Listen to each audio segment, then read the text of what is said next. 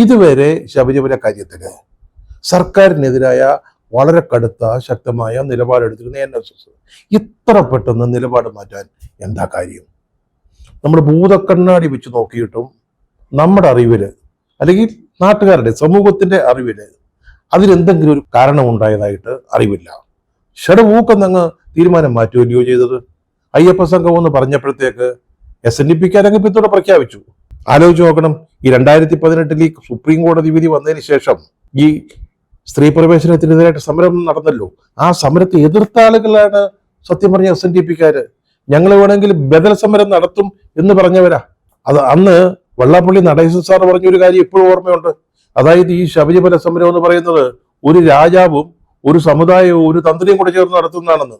അതായത് പന്തളം കൊട്ടാരവും NSSഉം ശബരിമലയെ തന്ത്രി കുടുംബം ഇവർ മൂന്നുപേരും കൂടെ നടത്തുന്നതാണെന്നല്ലയോ അന്ന് പറഞ്ഞത്. അവർ സംഗമത്തിൽ സമ്മതിച്ചു. പക്ഷെ പെട്ടെന്ന് എന്തുകൊണ്ടാണ് ഈ NSS സംഘം സമ്മതിച്ചത്? അതിന്റെ കാര്യമാണ് നമുക്ക് മനസ്സിലാകാതിരിക്കുന്നത്. രണ്ട് കാര്യങ്ങൾ ഈ ഇന്റർവ്യൂവിലൊക്കെ ശ്രീ സുകുമാരൻ നായർ പറഞ്ഞ രണ്ടും കൂടി വിശ്വസിക്കാൻ പറ്റുന്നില്ല. ഒന്ന് പറഞ്ഞത് എന്തുവാ, അതായത് ഈ സർക്കാർ വിചാരിച്ചായിരുന്നെങ്കിൽ ശബരിമലയിൽ കൂടുതൽ സ്ത്രീകളെ കയറ്റാൻ പറ്റുമായിരുന്നു എന്നുള്ളത്. സാറേ, അവര് വിചാരിക്കാതിരുന്നിട്ടാണോ? ശ്രമിച്ചു നോക്കിയതല്ലയോ? അത് പരാജയപ്പെടുത്തിയത് ആരാ? ഈ സമരത്തിന് നേതൃത്വം കൊടുത്തൊരു പ്രധാന ശക്തിയായ NSS അടക്കമുള്ള ഭക്തജനങ്ങള്. അവര് പ്രതിരോധിച്ചപ്പോഴാണ് ഈ സ്ത്രീകളെ ശബരിമലയിലേക്ക് കൊണ്ടുപോകാനുള്ള പദ്ധതി പാളിപ്പോയത്. അതാർക്കാ അറിയാൻ മേലാത്തത്? അതുപോലെ തന്നെ തെറ്റുതിരുത്തി വരുമ്പോൾ, അതായത് ആചാര സംരക്ഷണം, വിശ്വാസ സംരക്ഷണം മുതലായ കാര്യങ്ങളിൽ തെറ്റുതിരുത്തി വരുന്നവരെ അവരോട് സഹകരിക്കുന്നല്ലയോ നല്ലതെന്ന്. അതിൻ്റെ ഒരു ലോജിക്ക് അങ്ങോട്ട് മനസ്സിലാകുന്നില്ല. ഈ നമ്മുടെ ഡൗട്ടിങ് തോമസിനെ പോലെ സംശയാലുവായ തോമസ് സംശയം ഇങ്ങനെ മനസ്സിൽ കിടന്ന് നോരയ്ക്കുന്നത് കൊണ്ടായി ചോദിക്കുന്നത് കേട്ടോ. ക്രിസ്തു ശിഷ്യനായ തോമസ് അദ്ദേഹം ഉയർത്തെഴുന്നേറ്റു എന്ന് പറഞ്ഞിട്ടും തോമസ് വിശ്വസിച്ചില്ല. അദ്ദേഹം എന്തുവാ പറഞ്ഞത്? അദ്ദേഹം പറഞ്ഞു, ഒന്നുകിൽ അദ്ദേഹത്തെ ക്രൂശിച്ചപ്പോൾ ഉണ്ടായ ആണിപ്പഴുതുകളിൽ, അല്ലെങ്കിൽ വിലാപ്പുറത്തെ ഉണങ്ങിയ മുറിവുകളിലെ എൻ്റെ വിരലിട്ട് എനിക്ക് ബോധ്യം വന്നാലേ ഞാൻ വിശ്വസിക്കത്തുള്ളെന്നാ. അത്തരത്തിലൊരു തോന്നൽ മനസ്സിലുള്ളത് കൊണ്ടായിരിക്കും ഈ NSSന്റെ നയംമാറ്റത്തെക്കുറിച്ച് ഈ പറയുന്ന കാര്യങ്ങൾ അങ്ങോട്ട് വിശ്വസിക്കാൻ പറ്റുന്നില്ല. പത്രങ്ങൾക്ക് നൽകിയ ഇന്റർവ്യൂസിലൊക്കെ അദ്ദേഹം പറഞ്ഞ ഒരു കാര്യം, വാസവൻ വന്ന് ഒരു ഉറപ്പ് തന്നു, അത് ഞങ്ങൾ വിശ്വസിച്ചു. അപ്പൊ നമുക്കറിയേണ്ടത് ഈ ഉറപ്പ് എന്തോ സാറേ? ഇതുവരെ ഇല്ലാത്തൊരു ഉറപ്പ് പറഞ്ഞല്ലോ. സുപ്രീം കോടതിയിലെ വിധി അങ്ങനെ തന്നെ നിൽക്കുക. VS അച്യുതാനന്ദൻ സർക്കാർ കൊടുത്ത അഫിഡാവിറ്റ് അങ്ങനെ തന്നെ നിൽക്കുക.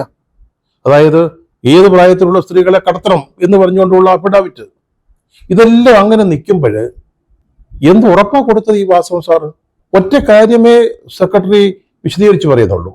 ആ ഉറപ്പുകൾ മുഖ്യമന്ത്രിയുടെ അംഗീകാരത്തോടു കൂടിയുള്ളതായിരിക്കണം. സാറേ, അത് സമുദായാംഗങ്ങളെങ്കിലും അറിയിക്കണ്ടേ? അവർ നിങ്ങളുടെ കൂടെ ഈ ആചാര സംരക്ഷണത്തിനും വിശ്വാസ സംരക്ഷണത്തിനും വേണ്ടി കുടിയും പിടിച്ച് നിന്നതല്ലയോ? അതിലിപ്പോ എത്രായിരം പേര് കേസിൽ കുടുങ്ങിക്കിടക്കുക.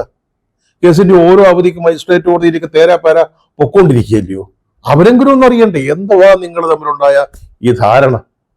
ഒരു പിടുത്തവും കിട്ടുന്നില്ല. ഈ മാതൃഭൂമിക്ക് നൽകിയ ഒരു ഇന്റർവ്യൂവിലെ നമ്മുടെ NSSന്റെ ജനറൽ സെക്രട്ടറി ഒരു കാര്യം പറഞ്ഞിരുന്നു. അതായത് പിണറായിയുമായിട്ട് നല്ല ബന്ധമാണ്, ഇടയ്ക്കിടയ്ക്ക് വിളിക്കും, നല്ല കാര്യമാണ്. NSSന്റെ ജനറൽ സെക്രട്ടറിയെ സംസ്ഥാനം ഭരിക്കുന്ന മുഖ്യമന്ത്രി ഇടയ്ക്കിടയ്ക്ക് വിളിക്കണം, കാരണം അവരുടെ അഭിപ്രായങ്ങളൊക്കെ ചോദിക്കണം, നല്ല കാര്യമാണ്. പക്ഷെ മറ്റൊന്മാർ വരത്തില്ല. അവർ പണ്ട് വന്നുകൊണ്ടിരുന്നതാ, അവരായിട്ട് നിർത്തിക്കളഞ്ഞതാണ്. അപ്പൊ ഈ NSS ജനറൽ സെക്രട്ടറിയെ പോയി ഇടയ്ക്കിടയ്ക്ക് കാണുന്നതും കാണാതിരിക്കുന്നതും ആണോ പ്രശ്നം? അതൊരു സിമ്പിൾ കാര്യമല്ലേ? NSS ഒരു വലിയ മഹാപ്രസ്ഥാനത്തിന്റെ തലപ്പത്തിരിക്കുന്ന ഒരാള് എന്നെ വന്ന് കണ്ടില്ല, അതിന് വലിയൊക്കെ വളരെ പ്രധാനപ്പെട്ട ശബരിമല പോലുള്ള വിഷയങ്ങളിൽ എന്തെങ്കിലും മാറ്റം വരുത്തും. പക്ഷെ ഒരു ഊഹം അങ്ങോട്ട് കിട്ടുന്നില്ല. പറയുമായിരിക്കുമല്ലേ കുറെ കഴിയുമ്പോൾ എന്താണ് വാസ്തവത്തിൽ പിണറായി വിജയൻ സർക്കാരും NSSഉം തമ്മിൽ ഉണ്ടാക്കിയ ധാരണ, അവർ തന്ന ഉറപ്പ്, അത് ചിലപ്പോൾ പറയുമായിരിക്കും. നമ്മൾ അതുവരെ കാത്തിരിക്കുകയല്ല, അത് പറയാൻ വഴിയില്ല. പക്ഷെ ഒരു കാര്യമാണ്, ഈ വാസവ സഖാവിനെ സമ്മതിക്കണം കേട്ടോ. കോട്ടയത്തെ ചില മാപ്രകളൊക്കെ അദ്ദേഹത്തെക്കുറിച്ച് പറയുമ്പോൾ സത്യം പറഞ്ഞാൽ ഇത്ര വിശ്വസിച്ചിട്ടില്ല. പിണറായിക്ക് ഇഷ്ടമുള്ള ഒരു നേതാവ് കോട്ടയത്തുനിന്ന് ഒരു നേതാവ്, കോട്ടയത്ത് നേതാക്കളുടെ ഒരു കുറവുണ്ടായിരുന്നു. സുരേഷ് കുറുപ്പിനെ ഒതുക്കാൻ തീരുമാനിച്ചതോടെ നമ്മൾ വാസവനെ പൊക്കിക്കൊണ്ട് വന്നതാണെന്നാ ചിന്തിച്ചത്. സത്യം പറഞ്ഞാൽ ജഗജില്ലിയാണ് കേട്ടോ, നമ്മൾ സമ്മതിക്കണം.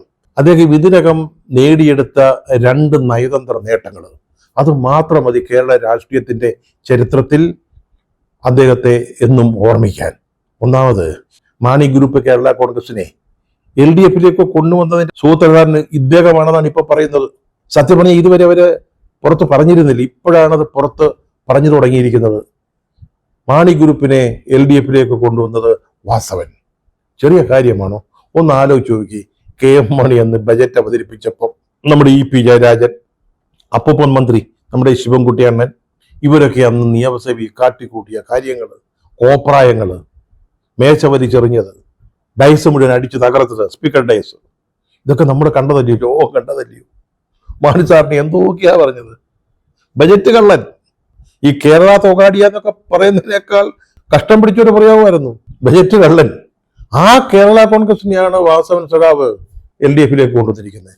അതുപോലല്ലയോ ഈ നേട്ടം? NSSനെ പിണറായിയുടെ ആരയിലേക്ക് എത്തിച്ചിരിക്കുക. എന്നും CPMനെ എതിർത്ത ഒരാളാണ് നമ്മുടെ സുകുമാരൻ നായർ. സുകുമാരൻ നായരെ കുറിച്ച് പിണറായി വിജയൻ എന്തൊക്കെ പറഞ്ഞിട്ടുണ്ട്, പിണറായി വിജയനെ കുറിച്ച് NSS എന്തൊക്കെ പറഞ്ഞിട്ടുണ്ട്. ഇതൊക്കെ ഓർക്കുമ്പോൾ മൂക്കത്ത് വിരൽ വെച്ച് പോയിപ്പോഴ്. അതാ സത്യം. എന്നിട്ട് പോലും അങ്ങനെ ഒരു NSSനെ ഈ പമ്പാതീരത്ത് നടക്കുന്നൊരു സംഗമം എന്ന് പറഞ്ഞ് അതിന്റെ പേരിൽ മാത്രം അവരുടെ നയം മാറ്റിക്കാനും അവരുടെ പ്രതിനിധിയെ അവിടെ കൊണ്ടുവരാനും പിണറായി വിജയനെ പൂഴ്ത്തിക്കൊണ്ട് സംസാരിക്കാനും ഒക്കെ സാധിച്ചു. അല്ലെങ്കിൽ അതിനൊരു കാരണക്കാരനായി എന്ന് പറഞ്ഞാലേ വാസവ സഖാവിന്റെ നേട്ടങ്ങളെ കുറിച്ച് നമ്മൾ എങ്ങനെയാണ് വിവരിക്കുക?